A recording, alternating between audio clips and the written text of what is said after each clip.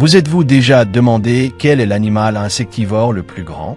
Eh bien, ce podium est occupé par un animal américain, le fourmilier géant. Apprenons donc à connaître ce mammifère singulier. Vous êtes sur City Animal, une chaîne YouTube où vous apprendrez de nombreuses qualités et des animaux uniques. C'est une raison pour vous abonner, car vous découvrirez des choses que vous n'auriez jamais imaginées. Commençons la vidéo. Tous les représentants de ce genre, y compris le curieux animal dont nous allons parler, sont habitants du continent américain, mais ils ne vivent pas sur toute son étendue. Ils se positionnent dans les biomes tropicaux, c'est-à-dire du sud du Mexique jusqu'au nord de l'Argentine. Dans le cas du fourmilier géant, sa position est beaucoup plus limitée, du sud du Belize et du Guatemala jusqu'au nord de l'Argentine. Il est présent dans différents écosystèmes comme les forêts tropicales, les prairies, les marais et légèrement au début des chaînes de montagnes.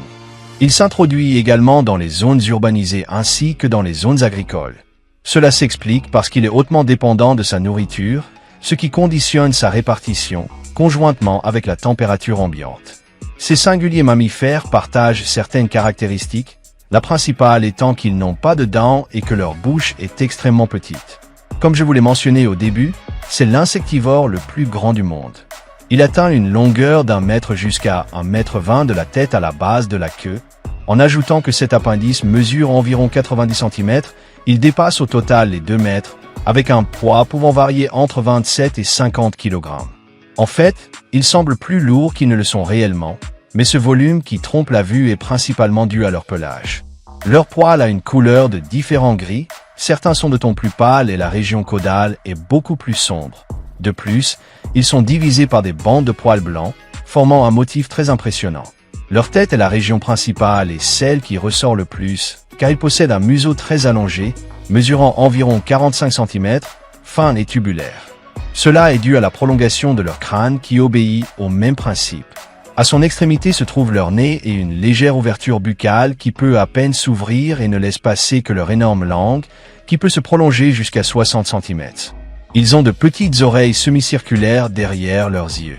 Leur corps est allongé et quelque peu aplati sur le dos, avec une queue très allongée mais qui ne se distingue pas bien à cause de la longueur de leur pelage. Leurs membres sont longs. Généralement, ils se déplacent sur leurs 4 pattes et possèdent 5 doigts à chaque extrémité. Mais les griffes antérieures, surtout celles appartenant aux doigts intermédiaires, sont extrêmement longues, pointues et courbes. Ce sont leurs principaux moyens d'obtenir de la nourriture. Pour les protéger, ils ont une démarche très curieuse. Leurs pattes avant ne touchent le sol qu'avec les phalanges, les jointures, et supportent le poids, faisant que leurs griffes se positionnent vers l'arrière et se soulèvent du sol. Pour mieux comprendre, c'est très semblable à la démarche des gorilles. De plus, ils arrivent à se tenir sur leurs pattes arrière et même à se déplacer sur de courtes distances de cette façon. Leur dimorphisme sexuel est également difficile à distinguer car les mâles sont plus grands que les femelles. De plus, visualiser leurs organes sexuels est compliqué à cause de la quantité de poils qu'ils ont. Mais il existe une façon simple, les mères portent généralement leurs petits sur la croupe. Ce sont des spécimens solitaires et lorsqu'ils rencontrent un autre congénère, ils fuient ou s'ignorent, se croisant davantage au même endroit ou en période de reproduction. Ils sont donc individualistes la plupart du temps. Généralement, ce sont des animaux diurnes, mais cela dépend beaucoup du lieu. Si c'est une zone urbanisée ou si le climat est chaud, ils se déplacent la nuit pour atténuer les désagréments de ces deux événements. On les voit alors marcher sur une longue distance afin de trouver leur nourriture, y consacrant beaucoup de temps. Habituellement terrestres, ils se déplacent lentement. En raison de la disposition de leurs pattes avant, ils marchent de façon curieuse en se balançant d'un côté à l'autre. Si nécessaire, ils se déplacent rapidement, mais les grands plans d'eau ne sont pas un obstacle car ils nagent très bien. On pourrait penser qu'ils sont grimpeurs, mais ils n'y ont presque jamais recours, principalement en raison de leur taille, car ils n'en ont guère besoin. Pour se reposer, ils occupent différents endroits. Ils recherchent des terriers abandonnés et les adaptent à leur taille. Ils s'allongent aussi dans la végétation à herbe haute ou dans des dépressions du sol. Bien qu'ils soient très bons fouisseurs, ils ne créent pas leur propre lieu de repos comme le font d'autres animaux, ce qui est ironique mais ainsi va. Ils partagent une caractéristique avec d'autres membres de leur groupe. Leur température corporelle n'est que de 33 degrés Celsius, bien en dessous de la température d'autres mammifères. Cela entraîne un métabolisme plus faible et une faible mobilité, ce qui les aide à tenir le temps de trouver leur nourriture. Et le long pelage qu'ils possèdent les aide à rester au chaud, ce qui contraste avec leur climat qui a tendance à être très chaud. Mais cela s'explique par leur température corporelle. Malgré leur conformation, ce sont des animaux qui se défendent très bien. Lorsqu'ils se sentent menacés, ils peuvent recourir à la fuite rapide, mais si ce n'est pas une option, ils se défendent en se levant sur leurs pattes arrière pour donner des coups de griffe, ce qui est très dangereux car leurs griffes sont très longues et pointues, capables de faire face à de grands prédateurs comme les jaguars. Généralement, ils ont un territoire de 40 km² qu'ils délimitent avec leur déjection, mais ils sont hautement tolérants avec les autres congénères, donc il y a très peu de combats entre eux. Leur principal sens est l'odorat. Leur nez, étant très allongé, a une surface avec plus de récepteurs chimiques et 40 fois plus sensible que le nez d'un être humain. Cela les aide à détecter leur environnement à très longue distance et leur permet de trouver leur nourriture, car leur ouïe et leur vision sont moins efficaces. Comme leur nom l'indique et comme dit au début, ce sont des animaux insectivores qui se sont spécialisés dans la consommation d'un seul type. Les arthropodes capables de créer de grandes colonies dans le sol. Ils consomment donc une grande quantité de fourmis et de termites, qui se réfugient dans des structures qu'elles créent elles-mêmes, appelées fourmilières et termitières, très rigides.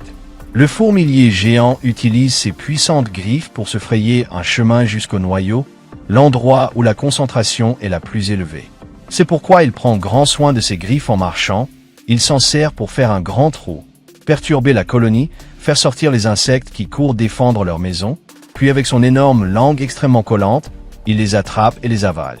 De plus, sa langue étant très fine et longue, il peut l'introduire dans les canaux où seules les fourmis passent. Une fois avalées, elles sont piégées dans une chambre spéciale contenant de petites pierres qu'il ingère en même temps qu'il se nourrit. Par les mouvements péristaltiques, les pierres s'entrechoquent et broient tout ce qui se trouve dans cette chambre. Il se nourrit extrêmement vite car il passe très peu de temps sur la fourmilière, consommant des milliers d'insectes en 1 minute, et en seulement 15 minutes, il est rassasié. En laissant une partie de la population, celle-ci se rétablira rapidement. Il n'a pas besoin de manger très souvent pour les raisons évoquées précédemment, ce qui l'aide car les fourmilières ne sont pas si communes. On dit aussi qu'il mange très rarement des fruits, mais cela est plus accidentel. Les fruits attirent les fourmis, et en les mangeant, ils consomment par conséquent de petites quantités de fruits. Leur reproduction à l'état sauvage est inconnue et n'a été étudiée qu'en captivité. Ils peuvent se reproduire à n'importe quelle période de l'année, ce qui est courant chez les animaux tropicaux en raison de la faible variation climatique et de la disponibilité de nourriture. Le mâle entre sur le territoire de la femelle, stimulé par l'odeur de l'estrus, et ils se font la cour jusqu'à l'accouplement, qui a lieu lorsque la femelle est couchée sur son dos. Ils se reproduisent au moins tous les 9 mois, et le mâle laisse la femelle seule pour continuer sa vie. La gestation dure 190 jours, soit 6 mois et 1 semaine. La femelle cherche un endroit pour mettre bas. Un petit naît, pesant 1,5 kg. Les naissances gémellaires sont très rares. Ce petit est très actif et la première chose qu'il fait est de grimper sur le dos de sa mère. Il est une version miniature de la forme adulte, son pelage étant très similaire. Le petit apprend tout pendant qu'il est porté, ne descendant que pour se nourrir de lait. La période d'allaitement dure de 2 à 6 mois. Cette large fourchette dépend beaucoup de la disponibilité de nourriture et de la précocité du bébé. Après ce temps, il commencera à se déplacer seul et à faire des incursions aux côtés de sa mère pour tout apprendre de l'alimentation et de sa réalisation. Il devient indépendant à l'âge de 2 ans, ou lorsque sa mère retombe enceinte, ce qui arrive en premier, et entre en maturité sexuelle entre 2 ans et demi et 4 ans. Leur espérance de vie à l'état sauvage est inconnue. En raison de leur grande taille, peu de prédateurs les chassent. Ce sont surtout de grands félins comme le jaguar et le puma, ainsi que les anacondas et les caïmans qui tentent de les manger. Mais comme je l'ai dit, ils se défendent même si on ne le dirait pas. En captivité, ils vivent environ 25 ans. Bien que j'ai dit qu'ils ne grimpent presque pas, dans les eaux, ils ont tendance à sortir de leurs enclos très facilement. Cette espèce est classée dans la catégorie « vulnérable » car sa population a diminué de 10 à 20% au cours des 10 dernières années. Ses principaux problèmes sont la destruction de son habitat, ce qui fragmente ses localités. Les pesticides représentent également un danger pour eux, car la disponibilité de nourriture est moindre. De plus, en consommant des fourmis empoisonnées, ils s'intoxiquent, ce qui provoque des morts ou des malformations chez leur descendance. Ils sont souvent heurtés par des voitures. Cela a provoqué une diminution importante et il est nécessaire de prendre des mesures pour les protéger. Éviter l'utilisation de pesticides dans les productions agricoles, désigner des réserves naturelles et conduire à basse vitesse pour ne pas les écraser. Leur rôle dans l'écosystème est très important car ils sont des régulateurs très efficaces des populations de fourmis, lesquelles affectent les cultures. Les agriculteurs sont donc très bénéficiaires de leur présence et réduisent considérablement l'utilisation de pesticides, obtenant ainsi de meilleurs revenus de leur culture. Parfois, ils sont chassés pour être consommés, mais ce n'est guère recommandable car leur viande est toxique. Cela est dû au venin même des fourmis qui s'accumulent dans leur système. Cela ne leur cause pas de problème, mais c'est un danger pour l'être humain. De plus, dans les zoos et pour le tourisme, ils sont une attraction importante car ils sont beaux et génèrent des retombées économiques non négligeables.